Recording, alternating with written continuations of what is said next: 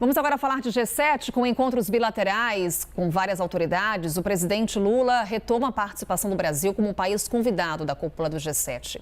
Vamos falar então sobre esse assunto, sobre a volta do Brasil como convidado nessa reunião do grupo dos países mais ricos do mundo, com a doutora em Relações Internacionais pela London School of Economics, Carolina Pavese. Carolina, seja muito bem-vinda. Uma boa tarde. Boa tarde, Carolina. É um prazer estar aqui com vocês hoje. Bem, Carolina, muito destaque nessa cúpula do G7 com relação à guerra na Ucrânia. Foi um assunto que dominou, inclusive quando a gente fala de Brasil, devido àquela possibilidade de um encontro entre Lula e Volodymyr Zelensky. Há pouco, a nossa correspondente, que está no Japão, a Priscila Asbeck, trouxe a seguinte informação, que fontes do governo dizem que Lula se incomodou com a orquestração feita pelo G7 para o encontro com Volodymyr Zelensky. E o presidente veio ao evento, segundo essas fontes, para trazer uma mensagem de paz e acabou sendo encurralado. Foi o que aconteceu, Carolina?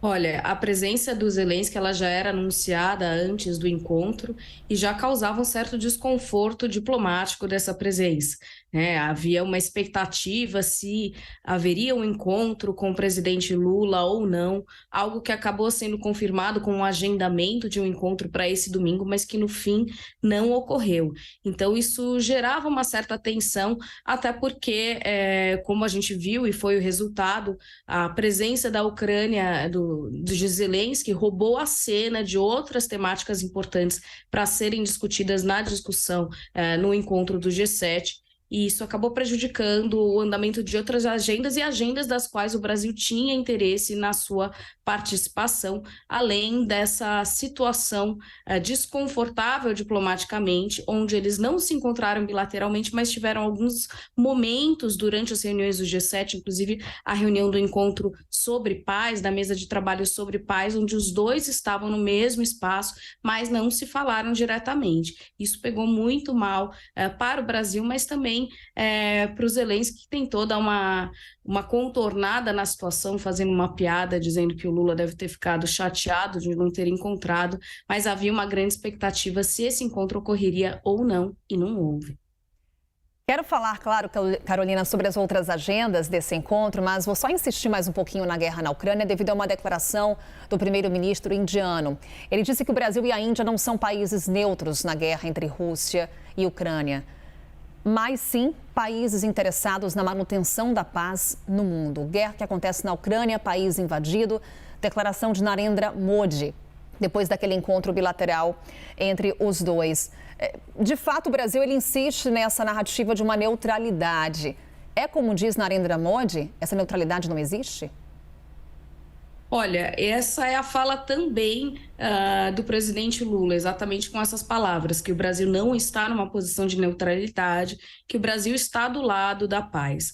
Assim como o Brasil, a Índia tem fortes vínculos e uma preferência importante em manter essas relações com a Rússia, pelo menos amigáveis e do ponto de vista comercial. A Índia se beneficiou muito com a guerra, porque a Rússia precisou buscar outros mercados compradores para os seus produtos de commodities, principalmente gás e petróleo, e ofereceu energia para a Índia, que comprou com preço com um valor aí reduzido, inclusive, né? Então, houve um incremento dessas relações comerciais Índia e Rússia a partir da guerra. Então, há vantagens aí em jogo também, né? A Índia, que compõe o BRICS, também não quer criar um desconforto com a China, que tem sido atacada e foi atacada durante esse G7. É importante a gente enfatizar a ausência da China desse encontro, né? E que também tenha adotado essa posição de maior neutralidade, no sentido de não se posicionar veementemente do lado desses países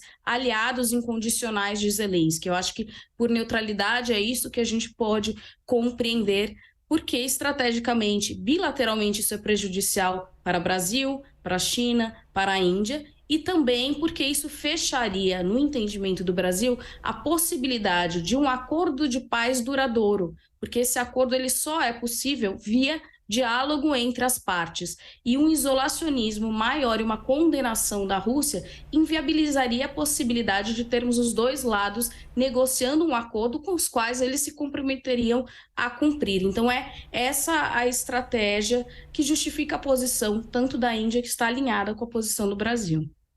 Agora, partindo para outras agendas, Carolina, havia uma grande expectativa de que o Brasil, também a Índia, funcionassem como uma ponte entre o BRICS e o G7.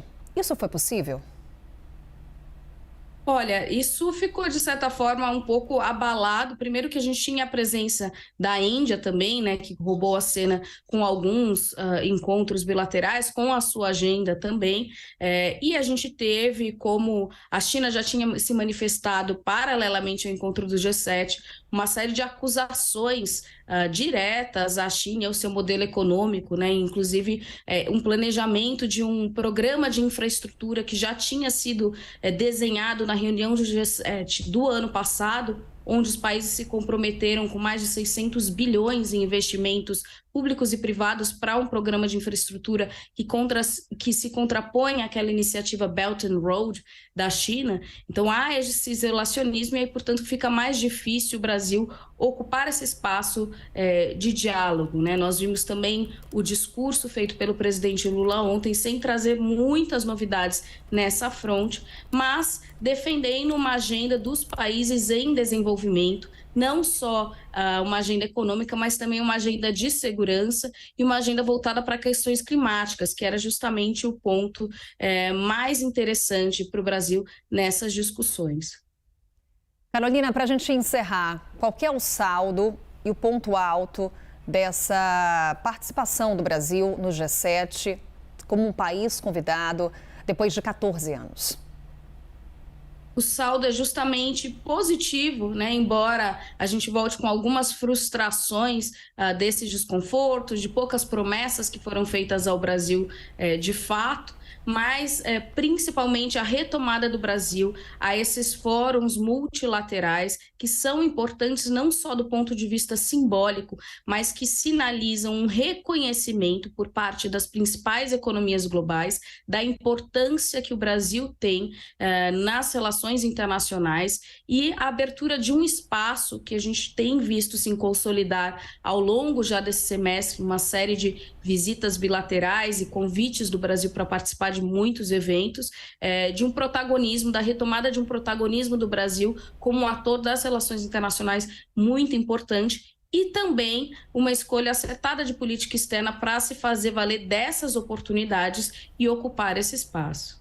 Carolina Pavese, doutora em Relações Internacionais, nessa conversa conosco nesta tarde de domingo. Mais uma vez, Carolina, muito obrigada. Até uma próxima. Foi um prazer.